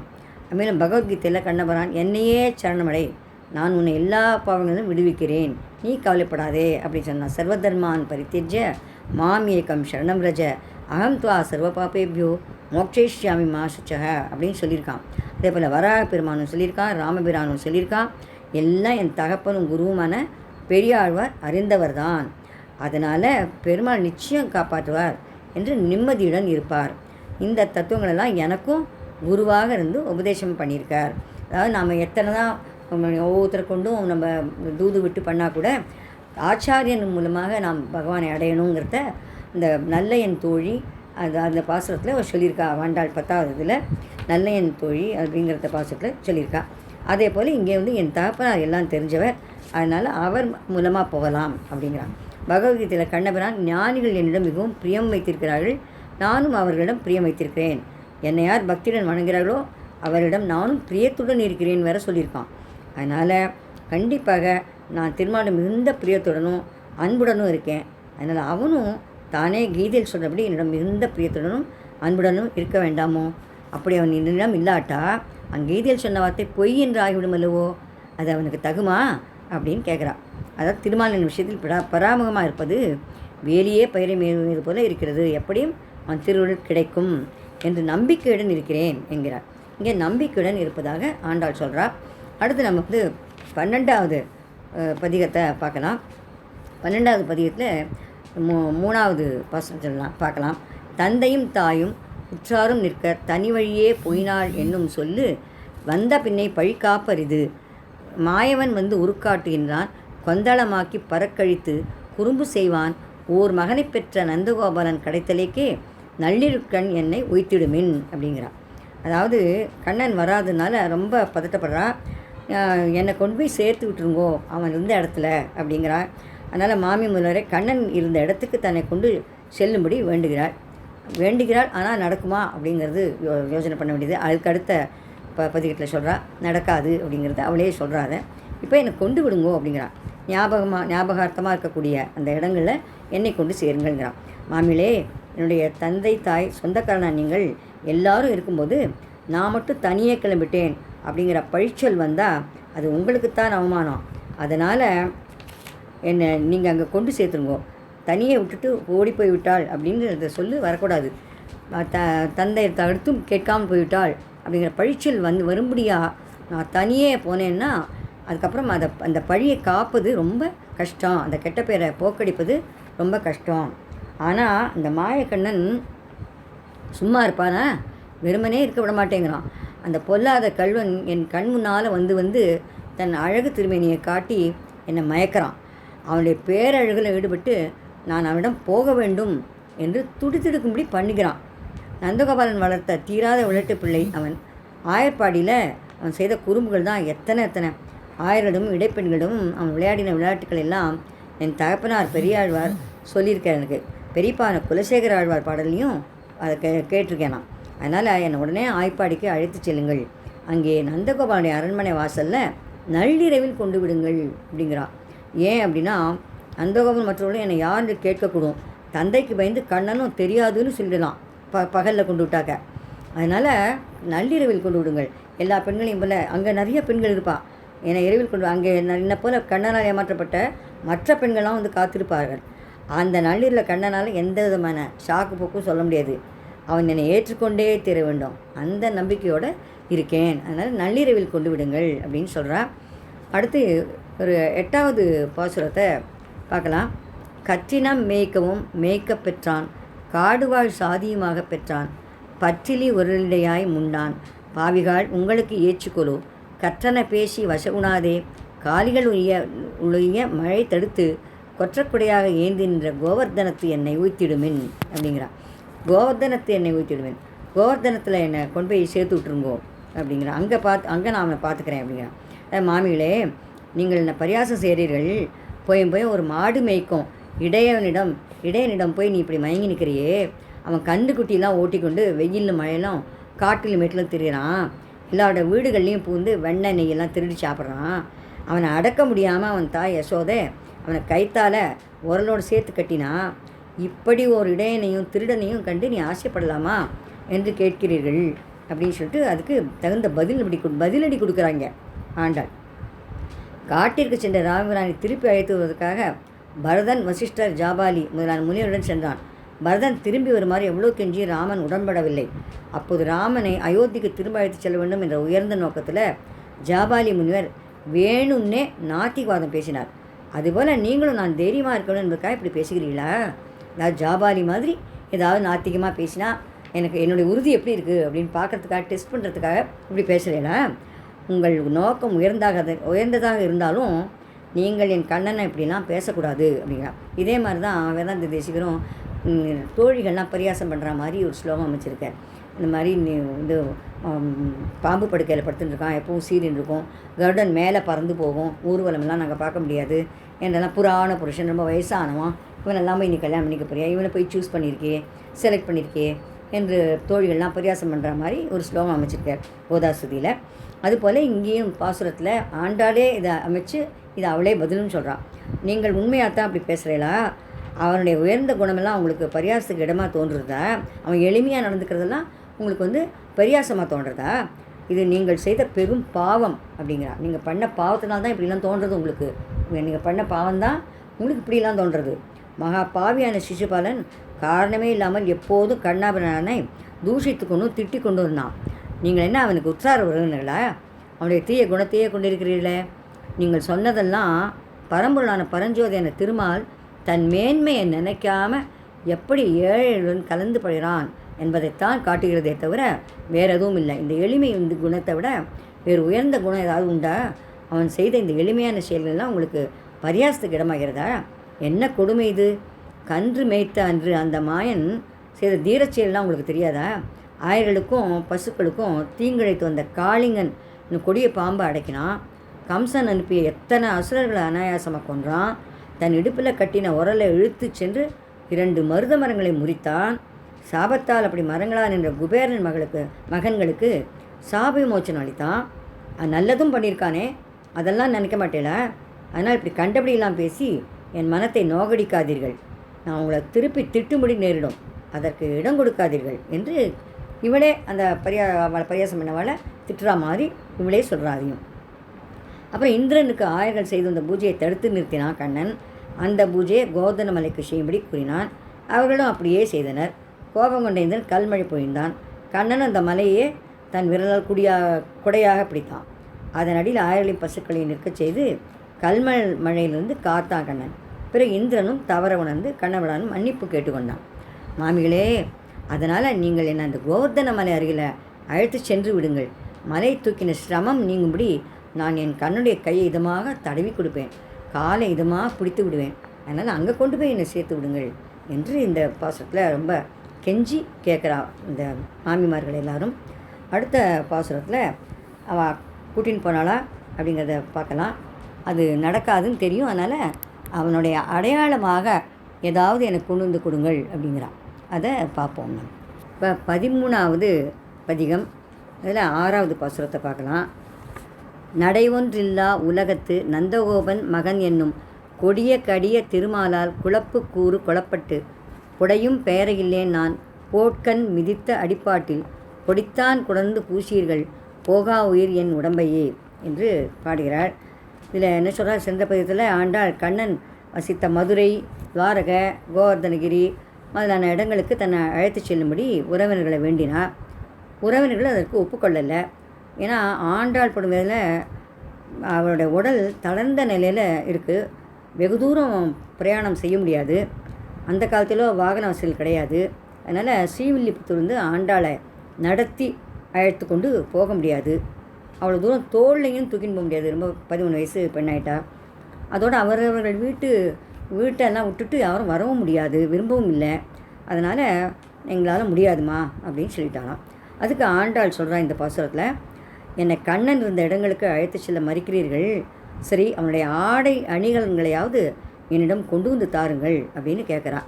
அதான் இந்த 6வது பாசுரம் நம்ம படித்தது. இந்த 6வது பாசுரத்துக்கான விளக்கத்தை அனுபவிக்கலாம். இந்த பொல்லாத கண்ணன் உலகத்தில் சாதாரணமாக கடைப்பிடிக்கப்படும் நெறிமுறையின்படி நடக்காதவன். இவன் காரணமில்லாமல் அபலை பெண்ணான் என்னை வதைக்கிறானே, இது என்ன நியாயம்? இதெல்லாம் கேட்க மாட்டேன் ஒருத்தரும். இதை உலகத்து மக்கள்லாம் ஒப்புக்கொள்வார்களா? அப்படின்னும் அவன் செய்வது தவறு என்று பெரியோர்கள் எவரும் அவனுக்கு எடுத்து செல்லவில்லையா? ஏன்னா துரியோதனுடைய சபையில், அரசு சபையில் திரௌபதியை இழுத்துன்னு வந்தபோது சேலையை உருவி மானபங்கப்படுத்தினான். அப்போ அந்த சபையில் இருந்த பெரியோர்கள்லாம் பீஷ்மர் உள்பட, துரோணர் உள்பட யாருமே எதுவுமே சொல்லலையாம். கதறி அழுதான். அப்போ அந்த பெரியவர்கள் பார்த்து கேட்டா, அவள்லாம் வாயமுடின்னு இருக்கான். அதுபோல் இப்போது கண்ணன் செய்யும் அக்கிரமத்தை யாரும் கண்டுகொள்ளாமல் பேசாமல் மௌனமாக இருக்காளே, இதுதான் உலகத்தில் நியாயமா அப்படின்னு கேட்குறான். மேலும் கண்ணனுடைய தாப்பனான நந்தகோபர் மகா சாது. அவர் எல்லாற்றையும் எல்லா பிராணிகளும் மிகவும் பிரியத்துடனும் கருணையுடன் இருப்பார். தெருவில் நடக்கும்போது புல் தரையில் கூட நடக்க மாட்டாராம். எங்கே தன் காலால் மிதிப்பட்டு புல் நசுங்கிடுமோன்னு பயமாக இருக்குது. அப்படிப்பட்டவருக்கு இந்த கண்ணன் எப்படி மகனாக வந்தான்னே தெரியல. அவர் தான் மகனுக்கு பெண்களை வதைக்கக்கூடாது என்று அறிவுறுத்தலையா? அல்லது அவர் கூறியும் கண்ணன் கேட்கலையா? அந்த கண்ணன் காரணம் இல்லாமல் மற்றவர்களை துன்புறுத்துகிற கொடியவனாக இருக்கானே, மற்றவர்களை பற்றி கவலைப்படாமல் தன் காரியமே முக்கியம் அப்படின்னு தன் காரியத்தை முடித்து கொள்ளும்படி இருக்கானே. அவன் திருமார்பில் மகாலட்சுமி இருக்கா, இருந்தும் அவள் எனக்காக எந்த பரிந்துரையும் செய்யலையா? அல்லது அவள் பரிந்துரை செய்தும் இவன் கேட்கலையா? இரக்கமில்லாத அந்த கல்வனால் என் மனமும் இந்திரியங்களும் களவாடப்பட்டன. அதனால் நான் அவற்றை எல்லாம் இழந்து மிகவும் துன்பப்படுகிறேன். கண்ணன் என்னை அலட்சியமாக காலால் மிதிப்பது போல துன்புறுத்துகிறான். அதனால் எழுந்து நடக்க முடியாமல் இப்படியும் அப்படியும் திரும்பக்கூட முடியாமல் மிகவும் தளர்ந்து புண்பட்டு கிடக்கிறேன். என் உயிரை மாய்த்து கொள்ளலாம் அப்படின்னு பார்த்தா உயிர் கூட போக மாட்டேங்கிறது. விஷத்தை குடித்தாலோ கத்தி எடுத்து குத்தினாலோ கூட இந்த பாழும் உயிர் போகாது போலி இருக்கிறது அப்படின்னு சொல்லி வருத்தப்படுறான். அந்த கண்ணன் ஒரு வெட்கம் கெட்டவன். சீதையை விட்டு பிரிந்த ராமன் எவ்வளோ கஷ்டப்பட்டான் என்பதை அனுமான் சீதையிடம் விலாவாரியாக சொல்கிறான். ராமன் சரியாக உண்பதில்லை, உறங்குவதில்லை, பகலும் இரவும் சீதை என்று பிதற்றி கொண்டிருக்கிறான். தன் உடலில் மேல் வரும் பூச்சிகள்லாம், கொசுக்கள் முதலியவற்றையெல்லாம் வெளியே தள்ளுவதுக்குள்ள இல்லை அப்படியே விட்டுடுறான் என்றெல்லாம் விவரிக்கிறான். இப்படி தான் பட்ட பாட்டையெல்லாம் மறந்துவிட்டு அந்த வெட்கங்கட்டவன் என்னையும் அதே மாதிரி பாடாய்ப்படுத்துகிறான். அங்கே ராமன் பட்ட பாட்டை சீதை கிட்ட சொல்கிறான். சீதையும் வருத்தப்படுறா, ஐயோ நமக்காக இவ்வளோ கஷ்டப்படுறானேன்னு. ஒரு பக்கம் சந்தோஷப்படுறா, இப்படிலாம் அவன் பாடுபடுறான் பத்தியா, நமக்காக கஷ்டப்படுறான் பத்தியான்னு. இங்கே அதுவும் இல்லாமல் என்னையெல்லாம் பாடாப்படுத்துகிறான் என்று இவள் இங்கே வருத்தப்படுகிறாள். தாய்மரலே, கோதையே நீ படும் கஷ்டம் எங்களுக்கு புரியுது, இந்த நிலையில் நாங்கள் என்ன செய்ய முடியும் அப்படின்னு கேட்கிறீங்களா? கோகுலத்தில் அந்த கண்ணன் குதித்து விளையாடி பசுக்களை மேய்ச்சி கொண்டு அவற்றின் பின்னே நடந்து சென்ற பாதை இருக்கிறது இல்லையா, அந்த பாதையில் அதிலிருந்து அவன் காலடிப்பட்ட மண் இருக்கும், அதை எடுத்துன்னு வாங்கும், வந்து என் உடம்பு முழுக்க பூசுங்கோ. என் உடம்பு முழுக்க பூசினா அவன் பாதம் பட்ட மண் என் உடலின் மீது பட்டால் அவனுடைய பாதமே என் மீது பட்டதாக நினச்சி திருப்தியும் ஆறுதலும் அடைவேன் அப்படிங்கிறான். அதாவது கண்ணன் விளையாடின அந்த பசுக்களை மேய்த்து அந்த கோகுலத்துக்கு போய் அந்த மண்ணை எடுத்துன்னு வாங்கோ, அதை என் மேலே பூசுங்கள் என்று சொல்கிறாள். இப்படி அவன் நினைவாகவே இவள் இருந்து கொண்டிருக்கிறாள். பிறகு 14வது பதிகத்தில் அவள் காட்சி கொடுப்பதாக இங்கே வர்ணிக்கிறாள். இது 14வது பதிகத்தில் அது என்னென்னா, பட்டி மேய்ந்தோர் காரேறு பலதேவர்கோர் கீழ்கன்றாய் இட்டீரிட்டு விளையாடி இங்கே போதக் கண்டீரே. இட்டமான பசுக்களை இனிது மறித்து நீரூட்டி விட்டுக்கொண்டு விளையாட விருந்தாவனத்தையே கண்டோமே அப்படிங்கிறான். விருந்தாவனத்தையே கண்டோமே அப்படின்னா இவன் மட்டும் பார்க்கலையாம், இவருடைய தோழிகள்லாமும் அதை பார்த்தாலாம் அப்படின்னு சொல்கிறாங்க. கண்ணன் தரிசனம் தருவதாக கூறி இந்த நிறைவு பதியத்தை சுபமாக முடிக்கிறான் ஆண்டாள். தொடக்கத்தில் கண்ணனுடன் சேர்த்து வைக்கும்படி மன்மதனை வேண்டினாள். பிறகு இடைப்பின்னா மாதிரி கண்ணா எங்களோட மன வீடுகள்லாம் அழிக்காதே, எங்களுடைய ஆடைகள் தருவாய் அப்படின்லாம் கேட்டால். அப்புறம் கண்ணனுடன் சேருவோமான்னு கூடல் எழுத்து பார்த்தா. அப்புறம் குயிலை பார்த்து கண்ணன் வரும்படி கூவுமாறு சொன்னா வேண்டிக் கொண்டா. பிறகு கண்ணன் திருமணம் நடப்பதாக கனா கண்டாள். திருமணன் கையிலும் வாயிலும் மாறி மாறி விளங்கும் சங்கின் பாக்கியத்தை பேசினார். பிறகு கண்ணன் மேகத்தை தூது விட்டார். அழகர் மலை பெருமான், வெங்கடாஜலபதி, திருவரங்கன் முதலியவரை பற்றி பேசினாள். அப்புறம் ஆற்றாம தாங்காமல் கண்ணன் இந்த மதுரை, ஆய்ப்பாடி, துவாரகை முதலிய இடங்களுக்கெல்லாம் தன்னை அழைத்து செல்லுமாறு தாய்மார்களை வேண்டினாள். வாயில் ஊறி அமுத நீர், காலடி மண் இதெல்லாம் கொண்டு வந்து என் மேலே பூசுங்கோ அப்படிங்கிறா. நிறைவாக இந்த பதியத்தில் கண்ணனை பிருந்தாவனத்தில் கண்டதாக கூறி தன் பிரபந்தத்தை சுபமாக முடிக்கிறாள் ஆண்டாள். அவள் தரிசனம் தந்ததை மகிழ்ச்சியுடன் கூறுகிறாள். இதில் என்ன சொல்கிறா அப்படின்னா, இந்த பதியம் முழுக்க முன் 2 அடிகளால் கண்ணனை கண்டாயோ அப்படின்னு ஆண்டாள் கேட்பதாகவும், பின் 2 அடிகளால் பிருந்தாவனத்தில் கண்ணனை கண்டோமே என்று தோழிமார்கள் பதில் கூறுவதாகவும் அமைந்துள்ளது. அதாவது எப்படின்னா, அந்த தோழிமார்களுக்கும் கண்ணன் காட்சி கொடுத்திருக்கிறான் என்று இதிலிருந்து தெரிகிறது. திருமால் வைகுண்டத்தில் சாஸ்திரங்களுக்கும் மரியாதைகளுக்கும் கட்டுண்டு நிற்கிறான். சுற்றிலும் நித்தியசூரிகளும் மோட்சத்தடர்களும் அவனை தரிசித்து கொண்டும் அவன் புகழ் பாடிக்கொண்டும் அவன் தொண்டு செய்து கொண்டும் சூழ்ந்து நிற்கிறார்கள். சேனை தலைவரும் முக்கிய மந்திரியுமான விஸ்வக்சேனர் அடிக்கடி பெருமான தொந்தரவு செய்கிறார். பக்கத்தில் வந்து பணியோடு கேட்குறார், இந்த அண்டத்துக்கு இந்த பிரம்மாவை நியமனம் பண்ணலாமா, அந்த அண்டத்தில் உள்ள இந்திரனை மாற்றி வேறு அண்டத்துக்கு போடலாமா அப்படின்லாம் கேட்குறார். அவரவர்களுடைய புண்ணிய பாவங்களுக்கு தகுந்தபடி உத்தரவு கொடுக்குறான் பெருமான். வேடிக்கையாக சொல்வதனால் அங்கே வைகுண்டத்தில் ஒரு இறுக்கமான சூழ்நிலை நிலவுகிறதாம். அங்கே இருப்பதை கட்டுப்பாடுகள் நிறைந்த ஒரு சிறைச்சாலையில் இருப்பதாக நினைத்தானாம் பெருமான். இந்த வேலை பலியிலிருந்து ஓய்வு எடுத்துக்கொள்ள வேண்டும் என்று விரும்பினானாம். அதற்காக என்ன செய்தான், என் பெரிய தாப்பனார் நம்மாழ்வார் ஒரு சமயம் அடியார் கண்டுமொழிற்காக பெருமான் நீராட்டம் செய்தான். அப்போது அவன் வந்து விட்டான் இங்கே அப்படிங்கிறார். அந்த மாதிரி 1000 வீடுகள் புகுந்து வெண்ணெய் களவாடி நான் 7 எழுதுகளை அடக்கினான், நப்பினை மனம் புரிந்து கொண்டான் என்று வேடிக்கையாக சொன்னான். அதுபோல் வைகுண்டத்தில் உள்ள வேலைப்பன் காரணமாக ஓய்வு எடுத்துக்கொள்வதற்காக பூமியில் வந்து கண்ணனாக அவதாரம் செய்தான் எம்பெருமான். இங்கே ஒரு கட்டுப்பாடும் இல்லாமல் அவுத்து விட்ட காளையை போல இஷ்டப்படி சுற்றித்திருந்தான். இப்படி கண்ணன் என்னும் ஒரு கருத்த காலை எங்கும் காவல் இல்லாமல் இஷ்டப்படி சுற்றித்திருந்தது. ஆனால் தன் அண்ணன் பலராமனுக்கு மட்டும் அடங்கி ஒடுங்கி நடந்தது அப்படின்னு சொல்கிறான். அந்த அண்ணனும் தம்பிக்கு எப்போதும் பாதுகாவலாக இருந்தான். அவனுடைய குறும்பு செயலுக்கு துணையாகவும் நின்று பல உதவிகளையும் செய்தான். என்னென்னா, கோலாகலமாக எங்கும் திருந்து கொண்டு பெண்ணையும் பெண்களிடமத்தையும் திருடி கொண்டு அதிலேயே மகிழ்ச்சி அடைந்தான். அதுக்கெல்லாம் போனா போகிறதுன்னு விட்டு கொடுத்துட்டே இருந்தான் பலராமன், ஒன்றுமே சொல்லலை.